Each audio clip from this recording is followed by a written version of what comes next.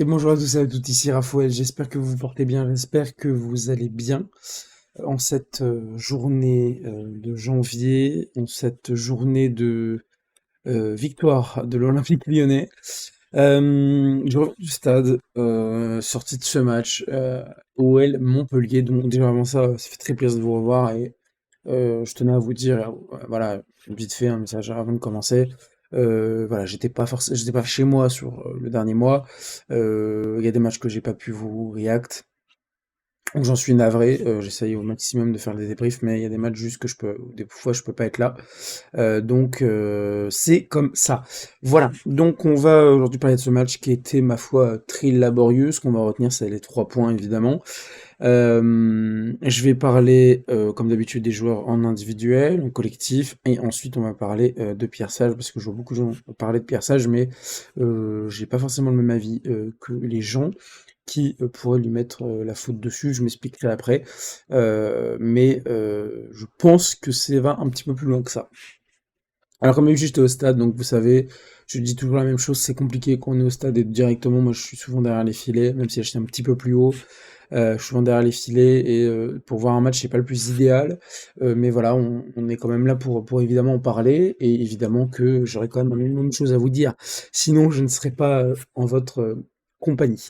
Alors, on va commencer par peut-être les choses les moins intéressantes. Je vais balayer assez vite parce que dans l'ensemble, c'est pas un match très intéressant. Je vais parler de Fofana et Noama ensemble, que j'ai pas trouvé bon.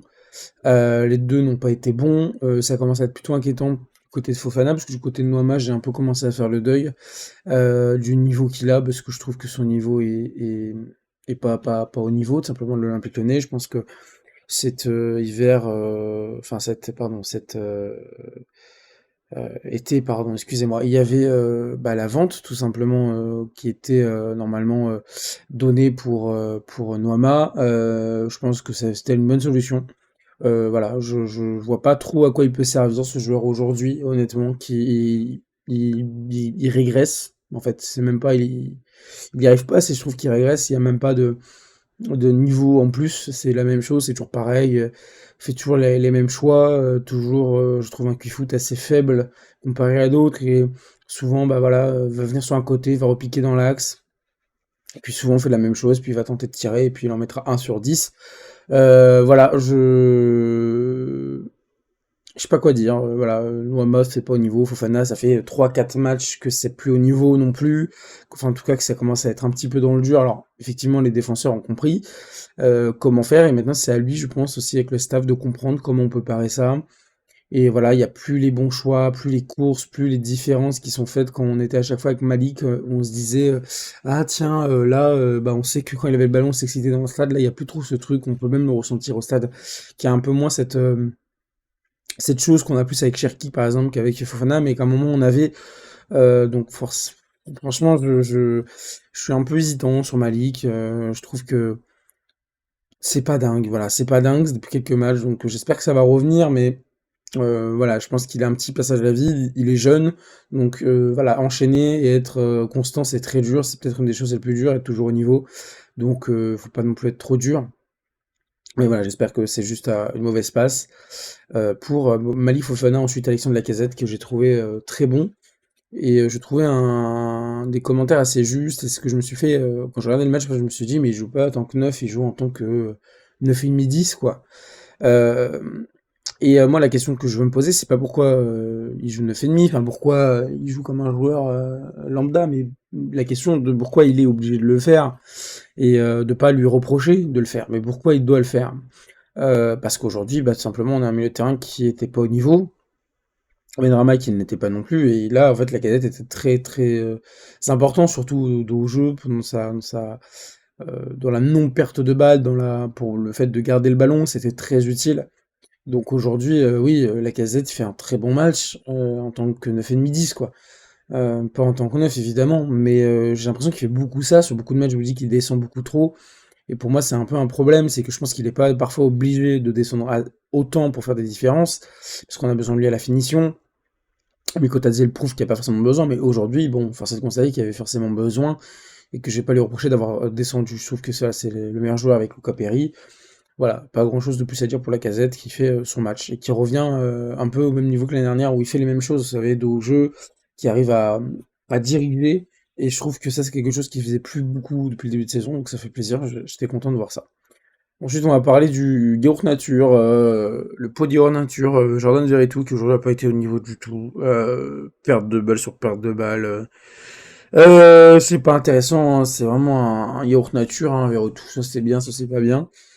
Voilà, on va remercier David Friot de nous l'avoir recruté pendant 2 ans parce que ça nous coûte cher. Et en plus de ça, si c'est pour avoir un yaourt nature, et ben, bah, ça risque d'être compliqué. Parce que les yaourts nature, ben, c'est bien parce qu'en général, c'est pas non plus trop mauvais, mais c'est pas non plus bien parce qu'en fait, au final, c'est pas très utile non plus. Donc, voilà, j'ai un peu le cul entre deux chaises pour faire et tout, et c'est plus mauvais que bon. Donc, voilà, à chaque fois qu'il est sur le terrain, je dis bon bah il est là quoi. Voilà, c'est pas plus, pas moins. Voilà. Ensuite les mathématiques, j'ai vraiment pas trouvé au niveau. C'est un peu dommage parce que bon, même si il est quand même toujours utile hein, pour garder le ballon et dans sa sérénité, et dans on va dire son expérience. Aujourd'hui, voilà, pareil, je trouve que voilà ce double milieu là, Verretou, Matic, ça ne marche pas, ça ne marchera pas. On parlera après du cas de 3 parce que j'ai mon avis là-dessus. Mais honnêtement, voilà, non, mais ce milieu à deux ne fonctionne pas du tout. Peut-être Matic, Tolisso, et on parlera après aussi de Tolisso et Cherki, etc. Voilà, mais Matic, Verretou, ça ne marche pas. Et les deux n'étaient pas au niveau. Benrahma, on dit, invisible, il a raté une énorme passe au moins du stade. Je voulais me tirer les cheveux. Il y avait le temps et il y avait de l'espace pour faire une passe très bonne pour Malik. Puis je pense qu'en plus Malik l'aurait mis au fond. J'ai pas trop peur de ça. Donc oui, voilà, je suis un peu dégoûté. Benrahma, c'est vraiment pas un très bon match. Ensuite, je parlais de la charnière centrale, c'est ce que j'ai vu le moins. Mais j'ai trouvé qu'elle était vraiment pas bon. En tout cas pas bon, pas vraiment pas bon, mais il y avait beaucoup de ballons balancés, quoi. Enfin, on va en parler après un peu plus, mais voilà, beaucoup de ballons balancés, beaucoup de quelques retards parfois. Après, même la charnière, hein, en globalité, je l'ai pas trouvé extrêmement bonne, mais c'est plutôt une bonne note. Ouais, Mata, voilà, bon, c'est Mata, donc comme d'habitude, il est pas non plus trop mauvais, mais c'était pas le grand Mata. Abner, je l'ai même pas vu. Honnêtement, je vais pas faire semblant, je vais même pas essayer de vous le vendre. Je sais qu'à un moment, il a tenté un tir et c'est dommage, mais il est assez offensif et dans ça, il est toujours assez intéressant. Mais c'est un que j'ai vu, surtout Maitland Nice, mais Abner, en tout cas, je vais pas être malhonnête, j'ai rien vu de transcendant et puis j'ai même rien vu tout court en fait. Parce que ouais, c'est pas je l'ai pas vu. Voilà, je peux mentir, peut-être qu'il a été bon, peut-être qu'il a pas été bon, je vais pas juger un joueur que j'ai pas vu. Donc voilà, vu du stade, vous savez, c'est toujours un peu compliqué, virage nord en plus, je prends des risques hein, pour vous faire des débriefs parce que être au virage nord et devoir faire des débriefs, c'est pas le plus simple parce que tu chantes, etc. Mais voilà. Ensuite, Maitland Nice qui a été catastrophique, je pense que c'est peut-être un de ses pires matchs à l'OL.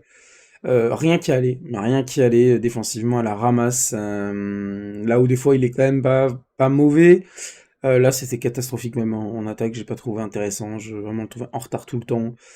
Voilà, vraiment pas un bon match. Et Luca Perry qui nous fait des arrêts de Luca Perry, quoi, qui fait des arrêts de top 3 de Ligue 1 et peut-être top 15 européen, top 20 européen si vous voulez. Parce que ça, franchement, c'est incroyable. Je veux dire, ça, c'est du gardien qui fait du gardiennage, hein.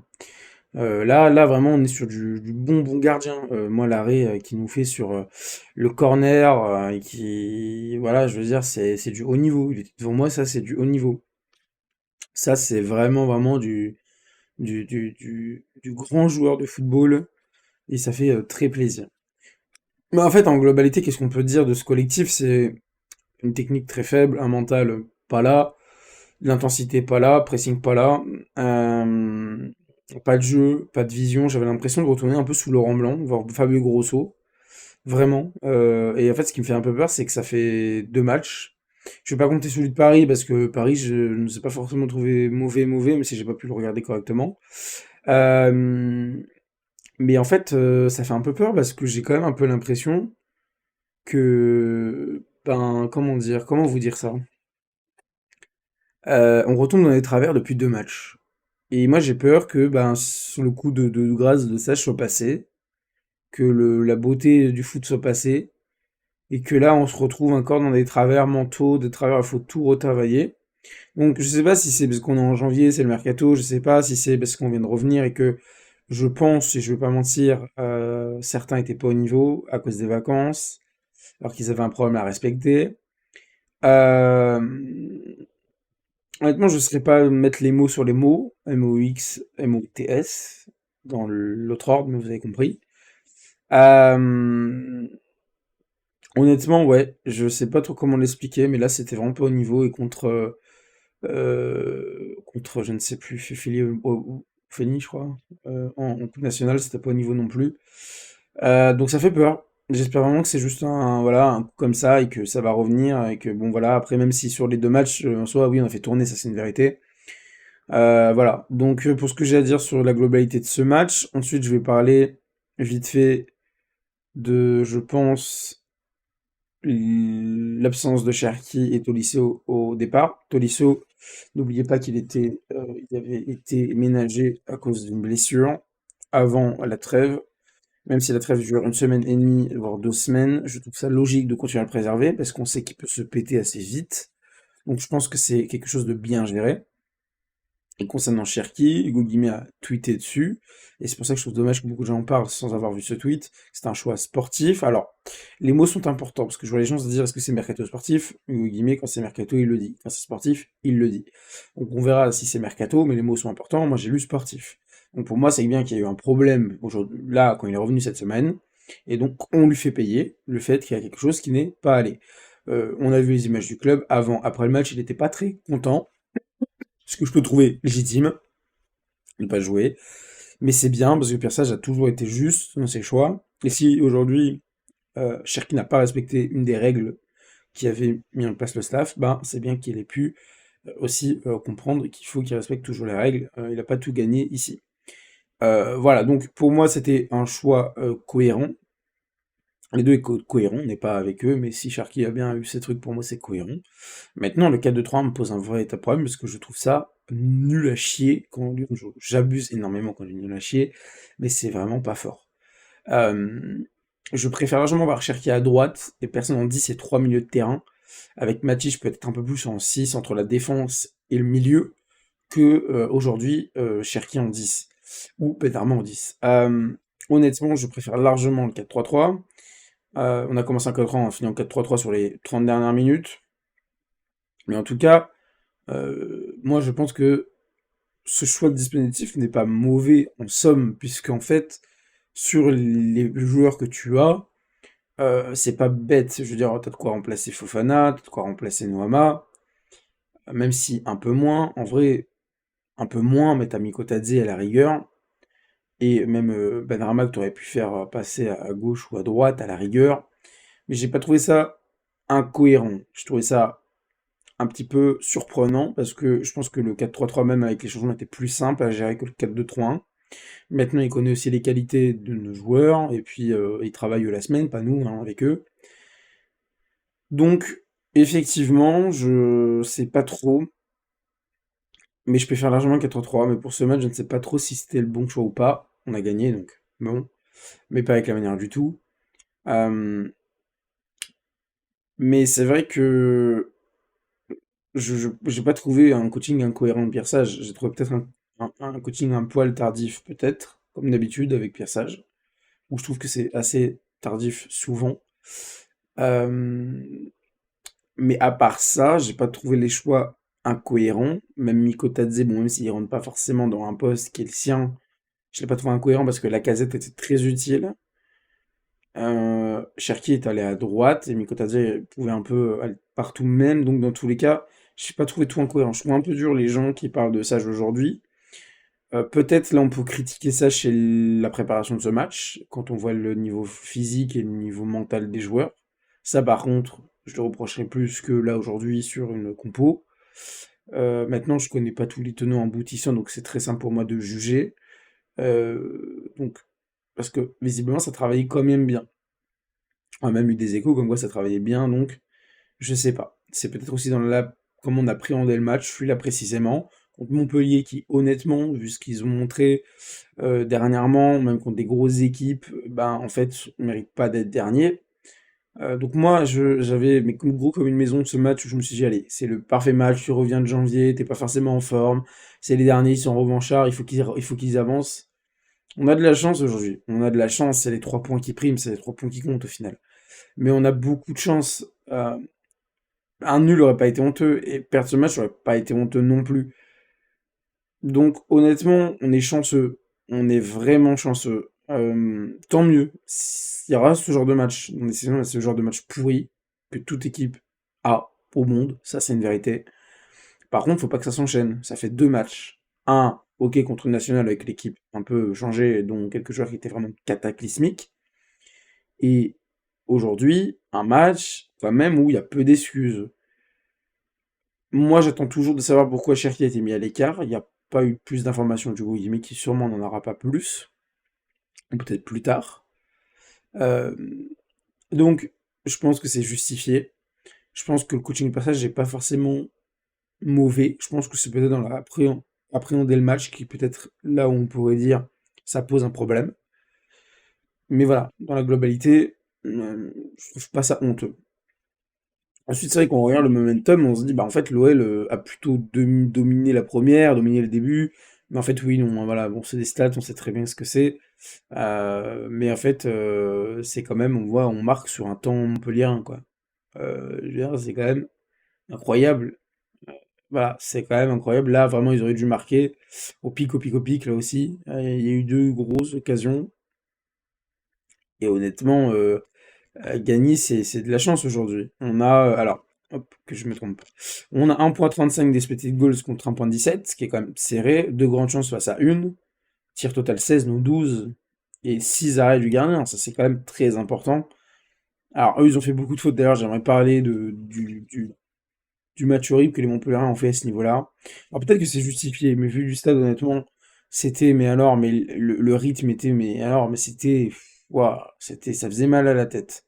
Ça faisait vraiment mal à la tête parce que ça s'arrêtait tout le temps, tout le temps. Et c'était vraiment chiant. Mais après, ce que je vais retirer de bien, c'est qu'on est capable de gagner ce genre de match et que la chance nous sourit. Donc c'est peut-être de bonne augure. Qu'aussi, les joueurs, après le match, étaient euh, pas contents dans ce qu'ils ont dit, mais dans ce que j'ai vu, moi, hein, quand c'est fini, je voyais bien que les joueurs n'étaient pas satisfaits de leur match. Ils peuvent être heureux parce qu'ils ont gagné, ça c'est autre chose. On peut être heureux de gagner, mais pas être satisfait de son match, hein. Attention, ne mélangez pas tout. Je vois souvent les gens dire, mais pourquoi ils sourient, ils ont gagné, mais machin. Oui, mais bon, on a le droit d'être heureux un minimum. Et même si dans le contenu, ça n'a pas été dingue.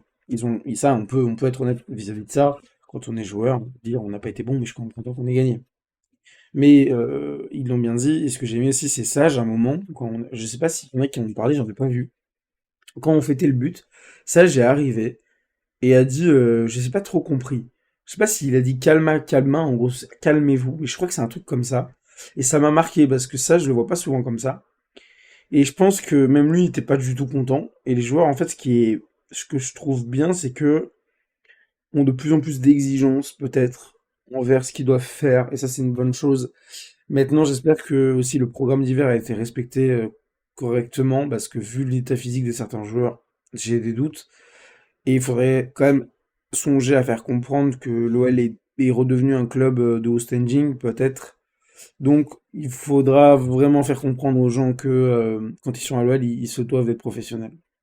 Voilà, après, si Cherki ne l'a pas été, ben écoutez, c'est la vie.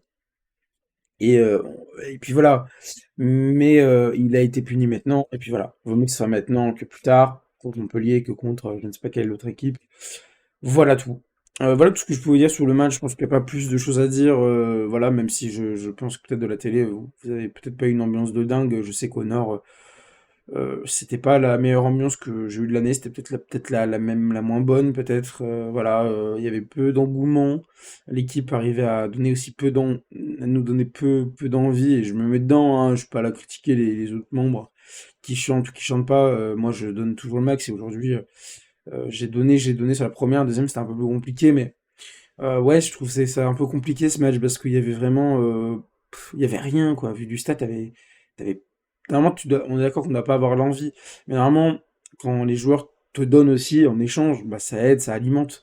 Et là, c'est vrai qu'il n'y avait pas grand-chose à alimenter aujourd'hui. C'est comme ça. Il y a des matchs comme ça. J'espère que je répète, hein, pour moi, c'est ma plus grosse crainte aujourd'hui, c'est que là, on est reparti sur un Lyon qui ne joue plus bien.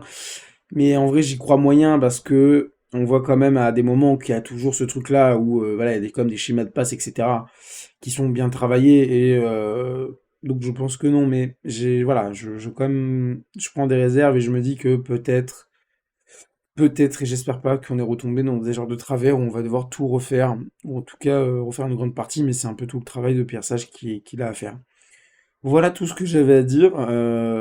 Merci à vous de m'avoir suivi. Je suis complètement mort, je suis cuit, il est 1h30 du mat. À l'heure où j'enregistre, je suis mort de chez mort. Donc merci à tous d'avoir suivi. Likez, abonnez-vous, partagez au plus grand nombre, ça fait toujours plaisir. Et puis, je vous souhaite une très bonne soirée, une très bonne journée, dépendamment quand vous voyez ça. Et puis on se retrouve pour le prochain match. Voilà, merci tout le monde. Ciao.